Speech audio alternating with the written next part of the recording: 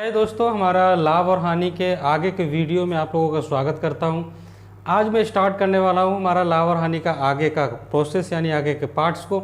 पीछे हम लोगों ने बहुत सारे टॉपिक्स के बारे में डिस्कस भी किया, बहुत सारे टाइप्स क्वेश्चंस के बारे में हम लोग डिस्कस किए। तो अगर आपने उनको नहीं देखा तो प्लीज़ आप उनको एक बार ज़रूर देखें। वो सभी वीडियो मेरे मिल जाएंगे चैनल में आपको, ठीक है। वीडियोज़ का जो लिस्ट है उसमें सब मिल जाएंगे, ठीक है। और वो मैंने एक प्लेलिस्ट बना रखी है, वो प्लेलिस्ट में आपको सब वीडियो अवेलेबल मिल जाएंगे। तो आज बेसिकली हम क्या स्टार्ट कर रहे हैं, आज हम स्टार्ट करेंगे कि जैसे मान के चलिए जब ए रुपए में किसी बी वस्तुओं को खरीदा जाता है और सी रुपए में अगर डी वस्तु को बेच दिया जाए तो पूरे प्रोसेस में हमको लाभ होगा या हानि होगा, इस पे हम लोग बात करेंगे। इसमें और भी बहुत ज़्यादा जो है क्वेश्चंस पूछे जाते हैं अंदर घुसा करके, उस पर भी चर्चा कर लेंगे, लेकिन पहले हमको इसको समझना है। तो इस प्रकार के जो क्वेश्चंस हैं इनको बनाने का मैं आपको दो तरीका बताऊंगा। दो तरीके और दोनों की दोनों जो है ऐसे नहीं है कि आपको रटना पड़े, कंसेप्ट वाले क्वेश्चंस हैं। दोनों की दोनों कंसेप्ट वाले टॉपिक्स हैं, कंसेप्ट आपको बताऊंगा मैं। रटने की कहीं भी बिल्कुल भी ज़रूरत नहीं पड़ेगी आप लोगों को, ठीक है। चलिए आइए तो बात करते हैं और समझते हैं इसको कैसे बनाना है। मैंने क्वेश्चन लिख रखा है, बाकी और भी क्वेश्चंस मैं आपको करवाऊंगा। तो जैसे क्वेश्चन है, एक फल विक्रेता कुछ संतरे 5 रुपए में 6 की दर से खरीदता है। 5 रुपए में 6 की दर से खरीद रहा है, ठीक है। और खरीद रहा है तथा, ठीक है, खरीद रहा है तथा 3 रुपए में 4 की दर से क्या कर देता है, बेच देता है। 3 रुपए में 4 की दर से क्या कर दे रहा है, बेच दे रहा है। तो आपको बताना लाभ या फिर हानि प्रतिशत, लाभ या हानि प्रतिशत। तो सबसे पहले हमको क्या करना है, हमको ये पता करना है कि हमको लाभ हुआ या हानि। तो कैसे पता चलेगा, पता ऐसे चलेगा कि आप एक संतरा आपने कितने रुपए में खरीदा, आप ये पता कर लीजिए। फिर आपने एक संतरा कितने रुपए में बेचा, आप ये पता कर लीजिए। फिर आपका जो है आराम से लाभ या हानि पता चल जाएगा, तो उसका प्रतिशत भी निकाल लेंगे, ठीक। तो अगर आप देखें ध्यान से तो आप देखेंगे कि हमने क्या बोला, हमने बोला कि 5 रुपए में, ठीक है, 5 रुपए में जो है आपने कितने संतरे खरीदे, 6 संतरे। कितने संतरे खरीदे आपने, 6 संतरे। तो एक संतरा आपको कितने रुपए का पड़ा होगा, है ना। ये संतरों की संख्या है, किसकी संख्या, संतरा।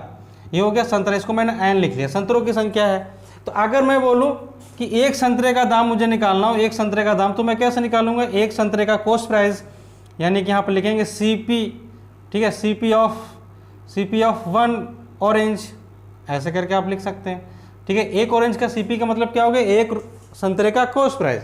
कैसे निकलेगा, 5/6, ये आ गया आपका पास कॉस्ट प्राइस एक संतरा का, ठीक। अब आपने एक संतरा कितने रुपए में बेचा ये आपको पता करना है। तो इसका मतलब क्या होगा कि आपको एसपी पता करना है, ठीक है, किसका, एक ऑरेंज का।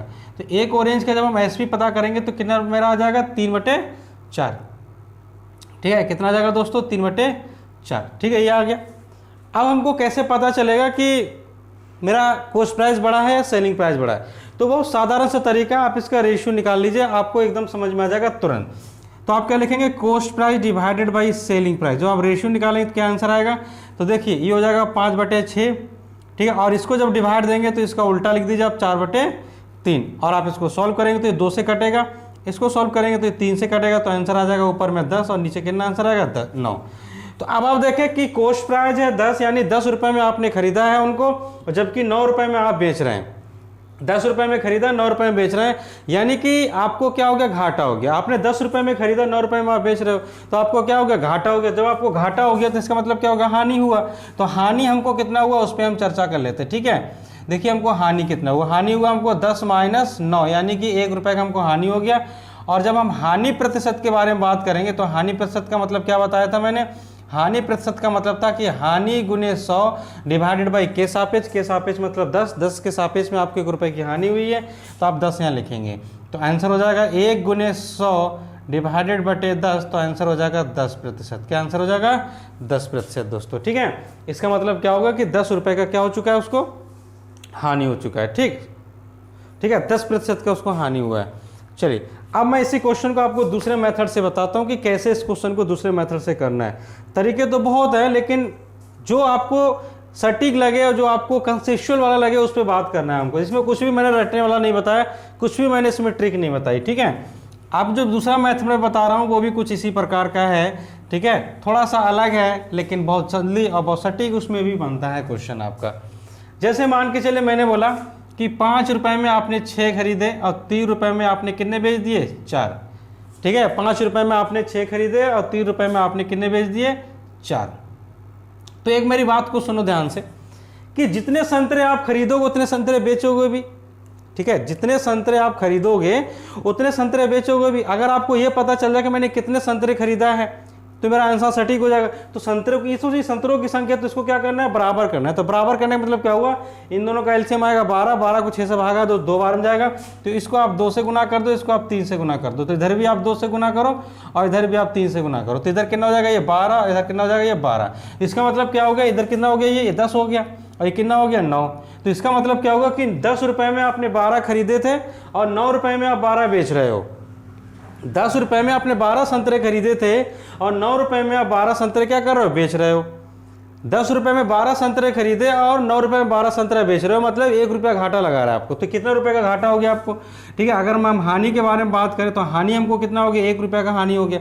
और हमको अगर इसका प्रतिशत निकालना है तो हम कैसे निकालेंगे, हम हानि प्रतिशत अगर निकालेंगे तो 1 मल्टीप्लाई, ठीक है, 100 डिवाइडेड बटे 10, क्योंकि हमने 10 रुपये में खरीदा तो कितना हो जाएगा हमारे पास, 10%। कितना हो जाएगा दोस्तों, 10%। आई होप आपको समझ में आया हो, बहुत आसानी से क्वेश्चन, ठीक है, सिंपल था, आसान था। मैंने दोनों तरीके आपको बताए, दोनों तरीके से आपको क्वेश्चन जो है वो समझ में आ गया होगा दोस्तों, ठीक है। चलिए बढ़ते हैं आगे और कुछ क्वेश्चन लेते हैं तो और क्लियरली हम लोग समझते हैं कि कैसे क्वेश्चन को डील किया जाए। बहुत आसानी से हम लोग क्वेश्चन को डील करना सीखते हैं, ठीक है। जैसे मान के चलिए मैं क्वेश्चन को थोड़ा ऐसे ही घुमा देता हूँ थोड़ा सा, अब क्योंकि क्वेश्चन मेरे इसी प्रकार के होंगे तो मैं आपको पूरा क्वेश्चन लिखूंगा, मैं ऐसे ही आपको समझाता हूँ, ठीक। जैसे मान के चलिए मैंने कहा कि किसी वस्तु को आपने 10 रुपये में 11 की दर से खरीदा, ठीक है, 10 रुपये में 11 की, ठीक है, 10 रुपये में 11 की दर से उसको क्या किया, खरीदा है, ठीक है, 10 रुपये में 11 की दर से खरीदा है और 11 रुपये में, ठीक है, 10 की दर से क्या कर दिया आपने, बेच दिया, ठीक है, 10 की दर से क्या कर दिया आपने, बेच दिया उसको, ठीक। तो वही चीज़ आपको पता करना है कि क्या, कि इस पूरे है ना, इस पूरे ट्रांजैक्शन में आपको फायदा हुआ या घाटा हुआ, यानी कि लाभ हुआ या हानि हुआ। लाभ हुआ तो लाभ प्रतिशत, हानि हुआ तो हानि प्रतिशत, दोनों पता करना। अगर दोनों जो हो, लाभ हो तो लाभ और हानि हो तो हानि। जैसे मैंने आपको बताया, क्या मैंने आपको पहला तरीका क्या बताया कि आप एक वस्तु का क्रय मूल्य निकालो और एक वस्तु का विक्रय मूल्य निकालो। तो एक वस्तु का क्रय मूल्य, यानी कि अगर आपको क्रय मूल्य निकालना है एक वस्तु का तो क्या करेंगे, 10 को भागा दे देंगे किससे, 11 से, एक वस्तु का क्रय मूल्य है। और अगर मुझे एक वस्तु का विक्रय मूल्य निकालना है तो मैं क्या करूंगा, यहाँ पर 11 को भागा दूंगा किससे, 10 से, यानी कि रुपए को भागा दिया जाता है संख्याओं से, ठीक है, रुपए को भागा दिया जाता है संख्याओं से, उससे हम लोग निकल जाता है क्या चीज़, एक वस्तु का दाम। और मैं इसको कंपेयर करूंगा तो क्या लिखूंगा, cost price divided by selling price. तो कितना हो जाएगा, ये हो जाएगा हमारे पास 10/11 और ये हो जाएगा हमारे पास क्या चीज़, 11 ये ऊपर चला जाएगा 10/11, उल्टा हो जाएगा, ठीक है, भागा देने पे। तो कितना आंसर आ जाएगा, यहाँ जाएगा 100, यहाँ जाएगा 121। तो अभी आप देखें, आपको समझ में आएगा कि ये जो सेलिंग प्राइस है, यानी कि ये जो कॉस्ट प्राइस है, कितने रुपए में हमने खरीदा है, तो हमने 100 रुपये में उनको खरीदा है। और हमने बेचा कितने रुपए में, ये हमको पता चल जा रहा है। हमने कितने रुपए में बेचा, 121 रुपये में बेचा। हमने खरीदा 100 रुपये में और हमने बेच दिया उसको कितने में, 121 रुपये में। तो हमको फ़ायदा हुआ, तो कितना फ़ायदा हुआ वो हमको पता करना है। आइए पता करते हैं। तो अगर हम लाभ के बारे में बात करें दोस्तों, तो लाभ क्या हो जाएगा हमारे, 121 माइनस 100 यानी कि 21 रुपये का हमको क्या हो गया, लाभ हो गया। और अगर हम इसका लाभ प्रतिशत के बारे में बात करें तो लाभ प्रतिशत भी निकाल सकते हैं। कैसे निकलेगा, 21 गुने 100 डिवाइडेड बटे 100। 100 क्यों आया, क्योंकि 100 रुपये में आपने खरीदा था दोस्तों, ठीक है। 100 से 100 कटा तो 21%, 21% इज द राइट आंसर, ठीक है। इसी क्वेश्चन को अगर मैं दूसरे तरीके से बताऊं, जैसे कि मैं आपको बता रहा था, उस तरह अगर मैं आपको समझाऊं तो कैसे मैं इसको डील करूंगा, आइए उस पर चर्चा करता हूं, ठीक है। मैंने क्या कहा था, मैंने कहा था कि आप 10 रुपये में 11 वस्तु को खरीद रहे हो और 11 रुपये में आप 10 वस्तुओं को क्या कर रहे हो, बेच रहे हो। मैंने कहा दोनों को सेम करो, तो इसको 10 से गुना कर दो, इसको 11 से गुना कर दो, तो आंसर क्या हो जाएगा, ये 110 हो जाएगा, ये भी आपका 110 हो जाएगा। लेकिन आपने 10 से यहाँ गुना किया तो 10 से यहाँ भी गुना करना है, 11 से आपको यहाँ गुना करना है। तो ये कितना हो गया, ये हो गया आपके पास 100 और ये कितना हो गया, 121। इसका मतलब क्या हो गया कि 100 रुपये में आपने 110 चीज़ों को खरीदा है और 121 रुपये में आप 110 चीज़ों को बेच रहे हो। यानी कि 100 रुपये में 110 चीज़ों को खरीदा, 121 रुपये में 10 चीज़ों को 110 चीज़ों को आप बेच रहे हो, मतलब आप फ़ायदा कमा रहे हो। तो कितना फ़ायदा कमा रहे हो आप, 21 रुपये का फ़ायदा कमा रहे हो। कितने रुपये का फ़ायदा कमा रहे हो, 21 रुपये का। 21 रुपये का क्या होगा आपको, लाभ। 21 रुपये का क्या होगा, लाभ। और इसी लाभ का अगर हमको प्रतिशत निकालना है तो हम कैसे निकालेंगे, ठीक है, 21 गुने 100 डिवाइडेड बटे, क्योंकि 100 रुपये में आपने खरीदा है तो 100 से आप डिवाइड करेंगे तो आंसर कितना आ जाएगा, 21%। ठीक है, कितना आंसर आ जाएगा गाइस? 21%। तो आई होप आपको समझ में आया होगा। दोनों मेथड बहुत अच्छे हैं, बहुत सटीक हैं। आप दोनों मेथड्स का यूज करके जो है क्वेश्चंस को गाइस सॉल्व कर सकते हो बहुत आसानी से। आई होप आपको कहीं भी दिक्कत नहीं होगी इस क्वेश्चन को बनाने में, समझने में और सॉल्व करने में। ठीक है, चलिए बढ़ते हैं आगे। एक और क्वेश्चन मैं ले लेता हूँ इसी टाइप का क्वेश्चन, फिर मैं आगे बात करूँगा हमारे नए टॉपिक्स के बारे में, यानी नए क्वेश्चंस के टाइप के बारे में। ठीक है, जैसे मान के चलिए मैं क्वेश्चन आपको लिख रहा हूँ। मैंने क्या लिखा? मैंने लिखा कि 20 रुपये में, ठीक है, 20 रुपये में मैंने क्या किया? 20 रुपये मैंने 15 की दर से कुछ वस्तु को खरीदा। 15 की, है ना, दर से खरीदता हूँ, मतलब खरीदा, कुछ वस्तु को खरीद लिया मैंने 20 रुपये में 15 की दर से। ठीक है, और मैंने कहा कि मैंने उसको 18, ठीक है, 18 रुपये में, मैंने कहा कि मैंने उसको 18 रुपये में, ठीक है, 25 की दर से, 25 की दर से क्या कर दिया? मैंने बेच दिया। ठीक है, 25 की दर से मैंने उसको बेच दिया। अब मुझे क्या करना है? मुझे हानि या लाभ प्रतिशत पता करना है। तो तरीका क्या? मैंने आपको ऑलरेडी बताया कि आप कैसे करें। आपके पास दो तरीके हैं। ठीक है, एक वस्तु का आप कॉस्ट प्राइस निकालें तो कैसे निकलेगा? ठीक है, 20 डिवाइडेड बाई 15, इसको आप सॉल्व करेंगे, 5 से काटेंगे तो कटेगा आपके पास 4 बार में, और इसको 5 से काटेंगे 3 बार में। ठीक, उसी प्रकार से आप सेलिंग प्राइस निकालेंगे किसी एक का, तो कैसे आएगा? 18/25। ये तो कटने वाला है नहीं, तो आप इसको ऐसी तरह रहने दो। आइए मैं सॉल्व कर लेता हूँ, तो देखिए मेरे पास क्या आंसर आएगा। तो मैं क्या लिखूंगा? मैं लिखूंगा कॉस्ट प्राइस डिवाइडेड बाई, ठीक है, सेलिंग प्राइस। तो ये हो जाएगा मेरे पास 4/3, और इसको मुझे लिखना है तो मैं लिखूंगा 25/18। पलट दिया मैंने, इसको मैं 2 से काट दे रहा हूँ, 2 से इसको 2 से काटूंगा 9 बार में, तो आंसर कितना हो जाएगा? 50, और नीचे कितना हो जाएगा? 9 तियाँ 27। तो आप देखिए किसी वस्तु को आपने 50 रुपये में खरीदा है दोस्तों, ठीक है, और आप उसको बेच कितने में रहे हो? 27 रुपये।